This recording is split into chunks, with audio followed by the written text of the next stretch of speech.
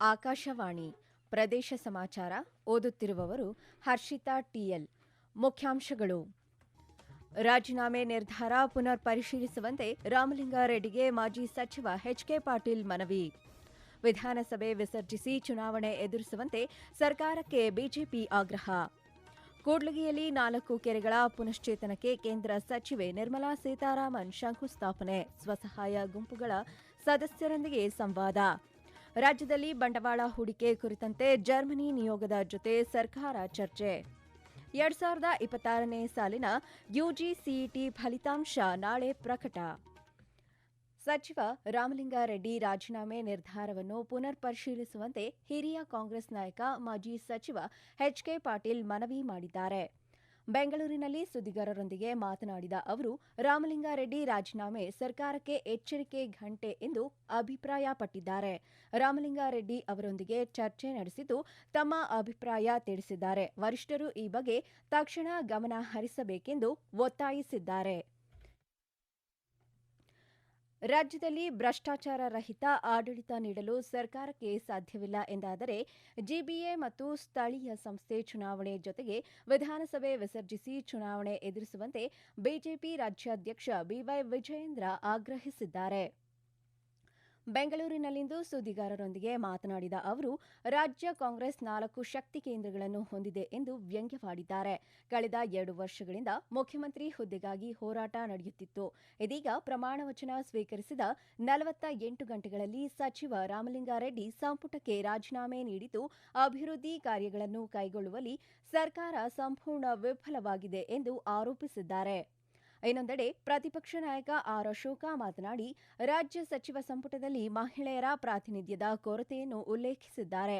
ಖಾತೆ ಹಂಚಿಕೆಗೆ ಸಂಬಂಧಿಸಿದಂತೆ ಸಚಿವರ ಅಸಮಾಧಾನ ಆಡಳಿತ ಪಕ್ಷದ ಆಂತರಿಕ ಸಂಘರ್ಷಗಳನ್ನು ಬಹಿರಂಗಪಡಿಸಿದೆ ಎಂದು ಟೀಕಿಸಿದ್ದಾರೆ. ರಾಜ್ಯ ಪ್ರವಾಸದಲ್ಲಿರುವ ಕೇಂದ್ರ ಹಣಕಾಸು ಸಚಿವೆ ನಿರ್ಮಲಾ ಸೀತಾರಾಮನ್ ಇಂದು ಕೂಡ್ಲಿಗಿಯಲ್ಲಿ 4 ಕೆರೆಗಳ ಪುನಶ್ಚೇತನಕ್ಕೆ ಶಂಕುಸ್ಥಾಪನೆ ನೆರವೇರಿಸಿದರು. ಬಳಿಕ ಅವರು ಕೂಡ್ಲಿಗಿಯ ಚಿಕ್ಕಜೋಗಿಹಳ್ಳಿಯಲ್ಲಿ ಸ್ಥಳೀಯ ಸ್ವಸಹಾಯ ಗುಂಪುಗಳ ಸದಸ್ಯರೊಂದಿಗೆ ಭೋಜನ ಸವಿಯುತ ಸಂವಾದ ನಡೆಸಿದರು. ಕೇಂದ್ರ ಸರ್ಕಾರದ ವಿವಿಧ ಉಪಕ್ರಮಗಳಿಂದ ಬೆಂಬಲಿತವಾಗಿರುವ ಸ್ವಸಹಾಯ ಗುಂಪುಗಳು ಹಾಗೂ ತಳಮಟ್ಟದಲ್ಲಿ ಜೀವನೋಪಾಯವನ್ನು ಬಲಪಡಿಸುವಲ್ಲಿ ಹಾಗೂ ಉದ್ಯಮಶೀಲತೆಯನ್ನು ಉತ್ತೇಜಿಸುವಲ್ಲಿ ಜೊತೆಗೆ ಮಹಿಳಾ ನೇತೃತ್ವದ ಅಭಿವೃದ್ಧಿಯನ್ನು ಮುನ್ನಡೆಸುವಲ್ಲಿ ಪ್ರಮುಖ ಪಾತ್ರ ವಹಿಸುತ್ತದೆ ಎಂದು ತಿಳಿಸಿದರು. ಜರ್ಮನಿಯ ತುರಿಂಜಿಯಾ ಪ್ರಾಂತ್ಯದ ಮಂತ್ರಿಮಂಡಲದ ಮುಖ್ಯಸ್ಥ ಮಾರಿಯೋ ವಾಯ್ಟ್ ನೇತೃತ್ವದ ಉನ್ನತ ಮಟ್ಟದ ನಿಯೋಗದ ಜೊತೆ ಮುಖ್ಯಮಂತ್ರಿ ಡಿಕೆ ಶಿವಕುಮಾರ್ ಇಂದು ಬೆಂಗಳೂರಿನ ಖಾಸಗಿ ಹೋಟೆಲ್ನಲ್ಲಿ ಮಾತುಕತೆ ನಡೆಸಿದರು. ಈ ಸಂದರ್ಭದಲ್ಲಿ ಬೃಹತ್ ಕೈಗಾರಿಕಾ ಸಚಿವ ಎಂಬಿ ಪಾಟೀಲ್ ಹಾಗೂ ಅಧಿಕಾರಿಗಳು ಉಪಸ್ಥಿತರಿದ್ದರು. ಈ ಸಂದರ್ಭದಲ್ಲಿ ಮಾತನಾಡಿದ ಡಿಕೆ ಶಿವಕುಮಾರ್, ಕರ್ನಾಟಕ ಮತ್ತು ತುರಿಂಜಿಯಾ ಪ್ರಾಂತೀಯ ಸರ್ಕಾರಗಳು ಜೊತೆಗೂಡಿ ನಾವೀನ್ಯತೆ ಮತ್ತು ಮುಂದಿನ ತಲೆಮಾರಿನ ತಂತ್ರಜ್ಞಾನದತ್ತ ಗಮನ ಹರಿಸಲಿವೆ ಎಂದು ತಿಳಿಸಿದ್ದಾರೆ. ಸಚಿವ ಎಂಬಿ ಪಾಟೀಲ್ ಮಾತನಾಡಿ, ಕರ್ನಾಟಕ ಮತ್ತು ತುರಿಂಜಿಯಾ ನಡುವೆ ಆಪ್ಟಿಕ್ಸ್ ಮತ್ತು ಫೋಟಾನಿಕ್ಸ್, ಸೆಮಿಕಂಡಕ್ಟರ್, ಬಯೋಟೆಕ್, ವಿದ್ಯುತ್ ಚಾಲಿತ ವಾಹನ ತಯಾರಿಕೆ, ಮರುಬಳಕೆ ಇಂಧನ, ಆಧುನಿಕ ತಯಾರಿಕಾ ಕ್ಷೇತ್ರಗಳಲ್ಲಿ ಉಜ್ವಲ ಅವಕಾಶಗಳಿದ್ದು, ತುರಿಂಜಿಯಾ ಪ್ರಾಂತ್ಯದ ಕಂಪನಿಗಳು ಇದರ ಸದ್ಬಳಕೆ ಮಾಡಿಕೊಳ್ಳಬೇಕೆಂದು ಕರೆ ನೀಡಿದ್ದಾರೆ.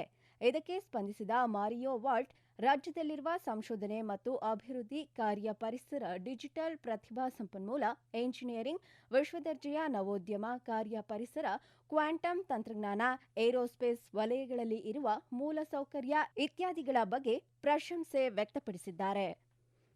ಪ್ರದೇಶ ಸಮಾಚಾರ ಕೇಳುತ್ತಿದ್ದೀರಿ. ನಮ್ಮ ಎಲ್ಲಾ ರಾಷ್ಟ್ರೀಯ ವಾರ್ತೆಗಳು ಹಾಗೂ ಪ್ರದೇಶ ಸಮಾಚಾರ ಈಗ ಆಕಾಶವಾಣಿ ನ್ಯೂಸ್ ಕನ್ನಡ ಯೂಟ್ಯೂಬ್ ಚಾನೆಲ್ನಲ್ಲಿ ಲಭ್ಯ. ನಮ್ಮ ಎಕ್ಸ್ ಖಾತೆ ಮತ್ತು ಇನ್ಸ್ಟಾಗ್ರಾಂ ಖಾತೆ ಆಕಾಶವಾಣಿ ನ್ಯೂಸ್ ಕನ್ನಡ. ಹೆಚ್ಚಿನ ಮಾಹಿತಿಗಾಗಿ ನಮ್ಮ ಫೇಸ್ಬುಕ್ ಖಾತೆ ಎಐಆರ್ ಕನ್ನಡ ನ್ಯೂಸ್ ಅನುಸರಿಸಿ. ಮಾಹಿತಿಯ ಹೂರಣ ವಾರದ ಕಾರ್ಯಕ್ರಮ ಪ್ರಚಲಿತ ವಿದ್ಯಮಾನ ಪ್ರತಿ ಬುಧವಾರ 9:15ಕ್ಕೆ.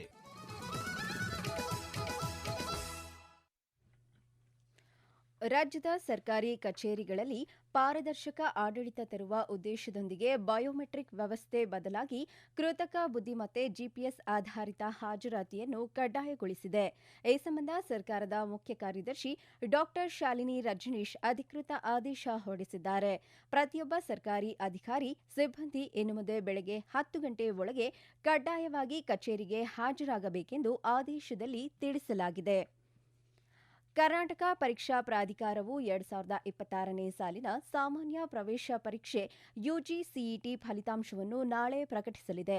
ವೈದ್ಯಕೀಯ ಶಿಕ್ಷಣ ಸಚಿವರೂ ಆದ ಪ್ರಾಧಿಕಾರದ ಸಹ ಅಧ್ಯಕ್ಷ ಡಾ ಶರಣಪ್ರಕಾಶ್ ಪಾಟೀಲ್ ಮಧ್ಯಾಹ್ನ ಸುದ್ದಿಗೋಷ್ಠಿ ನಡೆಸಿ ಫಲಿತಾಂಶದ ವಿವರಗಳನ್ನು ಪ್ರಕಟಿಸಲಿದ್ದಾರೆ ಎಂದು ಕೆಇಎ ಕಾರ್ಯನಿರ್ವಾಹಕ ನಿರ್ದೇಶಕ ಎಚ್ ಪ್ರಸನ್ನ ತಿಳಿಸಿದ್ದಾರೆ. ವಿದ್ಯಾರ್ಥಿಗಳು ಮಧ್ಯಾಹ್ನ 2 ಗಂಟೆ ಬಳಿಕ ಆಯೋಗದ ಜಾಲತಾಣದಲ್ಲಿ ಫಲಿತಾಂಶ ವೀಕ್ಷಿಸಬಹುದು.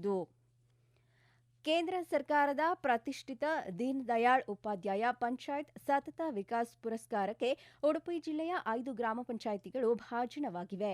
ನವದೆಹಲಿಯಲ್ಲಿ ನಡೆದ ಸಮಾರಂಭದಲ್ಲಿ ಉಡುಪಿಯ ಮುದ್ರಾಳಿ, ಮಡಮಕ್ಕಿ, ಬಣ್ಸೆ, ಹಕ್ಲಾಡಿ, ಸಾಣೂರು ಗ್ರಾಮ ಪಂಚಾಯಿತಿಗಳು ಪ್ರಶಸ್ತಿ ಪಡೆದಿವೆ. ಈ ಕುರಿತಂತೆ ಆಕಾಶವಾಣಿಯೊಂದಿಗೆ ಸಂತಸ ಹಂಚಿಕೊಂಡಿರುವ ಕುಂದಾಪುರ ತಾಲೂಕಿನ ಹಕ್ಲಾಡಿ ಗ್ರಾಮ ಪಂಚಾಯಿತಿಯ ಅಭಿವೃದ್ಧಿ ಅಧಿಕಾರಿ ಸತೀಶ್ ವಡ್ಡರ್ಸೆ ಕೇಂದ್ರ ಸರ್ಕಾರಕ್ಕೆ ಧನ್ಯವಾದ ಸಲ್ಲಿಸಿದ್ದಾರೆ.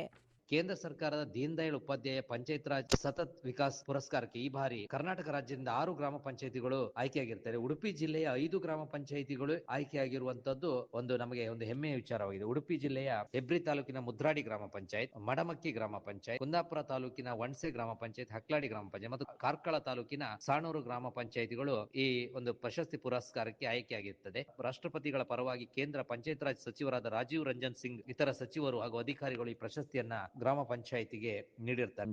ಪರಿಸರ ಸಂರಕ್ಷಣೆ ಮತ್ತು ವಿದ್ಯುತ್ ಜಾಲದ ಆಧುನೀಕರಣದತ್ತ ಮಹತ್ವದ ಹೆಜ್ಜೆಯನ್ನಿಟ್ಟಿರುವ ಕರ್ನಾಟಕ ವಿದ್ಯುತ್ ಪ್ರಸರಣ ನಿಗಮ ನಿಯಮಿತ ಕೆಪಿಟಿಸಿಎಲ್ ತನ್ನ ಉನ್ನತ ಸಾಮರ್ಥ್ಯದ ಟ್ರಾನ್ಸ್ಫಾರ್ಮರ್ಗಳ ಜಾಲದಲ್ಲಿ ಬಳಕೆಯಲ್ಲಿದ್ದ ಸಾಂಪ್ರದಾಯಿಕ ಮತ್ತು ಹಾನಿಕಾರಕ ಖನಿಜ ತೈಲಕ್ಕೆ ಪರ್ಯಾಯವಾಗಿ ಪರಿಸರ ಸ್ನೇಹಿ ಹಾಗೂ ಬಯೋಡಿಗ್ರೇಡಬಲ್ ನ್ಯಾಚುರಲ್ ಏಸ್ಟರ್ ಆಯಿಲ್ಗೆ ಬದಲಾಯಿಸಿದೆ.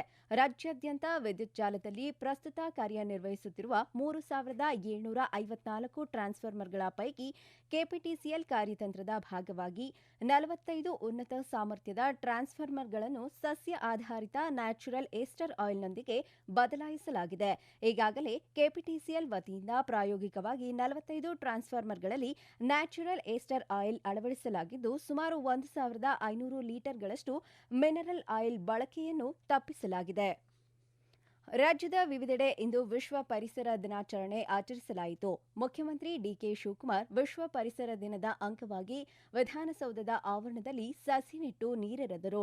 ಡಾ ಮನಮೋಹನ್ ಸಿಂಗ್ ಬೆಂಗಳೂರು ನಗರ ವಿಶ್ವವಿದ್ಯಾಲಯದ ಪರಿಸರ ಮತ್ತು ಹವಾಮಾನ ಬದಲಾವಣೆ ಅಧ್ಯಯನ ವಿಭಾಗದ ಎನ್ಎಸ್ಎಸ್ ಸಹಯೋಗದಲ್ಲಿ ಆಚರಿಸಲಾದ ಕಾರ್ಯಕ್ರಮವನ್ನು ಸಭಾಪತಿ ಬಸವರಾಜ ಹೊರಟ್ಟಿ ಉದ್ಘಾಟಿಸಿದರು.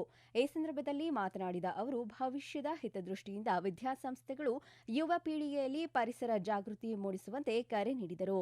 ದಕ್ಷಿಣ ಕನ್ನಡ ಜಿಲ್ಲೆಯ ಸುಳ್ಯದ ಕೆವಿಜಿ ವೈದ್ಯಕೀಯ ಮಹಾವಿಶ್ವವಿದ್ಯಾಲಯದಲ್ಲಿ ವಿಶ್ವ ಪರಿಸರ ದಿನವನ್ನು ಆಚರಿಸಲಾಯಿತು. ಮುಖ್ಯ ಅತಿಥಿಗಳಾಗಿ ಪರಿಸರ ತಜ್ಞ ಹಾಗೂ ನಿವೃತ್ತ ಉಪನ್ಯಾಸಕ ಡಾ ಶ್ರೀಶಾ ಕುಮಾರ್ ಎಂಕೆ ಮಾತನಾಡಿ, ವಿದ್ಯಾರ್ಥಿಗಳಿಗೆ ಪರಿಸರವನ್ನು ಉಳಿಸಿ ಬೆಳೆಸುವಂತೆ ಕರೆ ನೀಡಿದರು.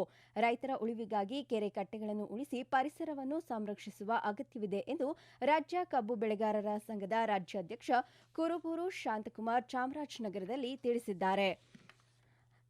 ಇನ್ನು ಹವಾವರ್ತಮಾನ. ರಾಜ್ಯದ ಹಲವು ಪ್ರದೇಶಗಳಲ್ಲಿ ನೈಋತ್ಯ ಮುಂಗಾರು ಮುಂದುವರೆದಿದೆ ಎಂದು ಹವಾಮಾನ ಇಲಾಖೆ ತಿಳಿಸಿದೆ. ರಾಜ್ಯದ ಕರಾವಳಿ ಸೇರಿದಂತೆ ಹಲವೆಡೆ ಇಂದು ಧಾರಾಕಾರ ಮಳೆಯಾಗಲಿದೆ ಎಂದು ಹವಾಮಾನ ಇಲಾಖೆ ಮುನ್ಸೂಚನೆ ನೀಡಿದೆ. ಕೊನೆಯಲ್ಲಿ ಮತ್ತೊಮ್ಮೆ ಮುಖ್ಯಾಂಶಗಳು. ರಾಜೀನಾಮೆ ನಿರ್ಧಾರ ಪುನರ್ ಪರಿಶೀಲಿಸುವಂತೆ ರಾಮಲಿಂಗಾರೆಡ್ಡಿಗೆ ಮಾಜಿ ಸಚಿವ ಎಚ್ಕೆ ಪಾಟೀಲ್ ಮನವಿ. ವಿಧಾನಸಭೆ ವಿಸರ್ಜಿಸಿ ಚುನಾವಣೆ ಎದುರಿಸುವಂತೆ ಸರ್ಕಾರಕ್ಕೆ ಬಿಜೆಪಿ ಆಗ್ರಹ.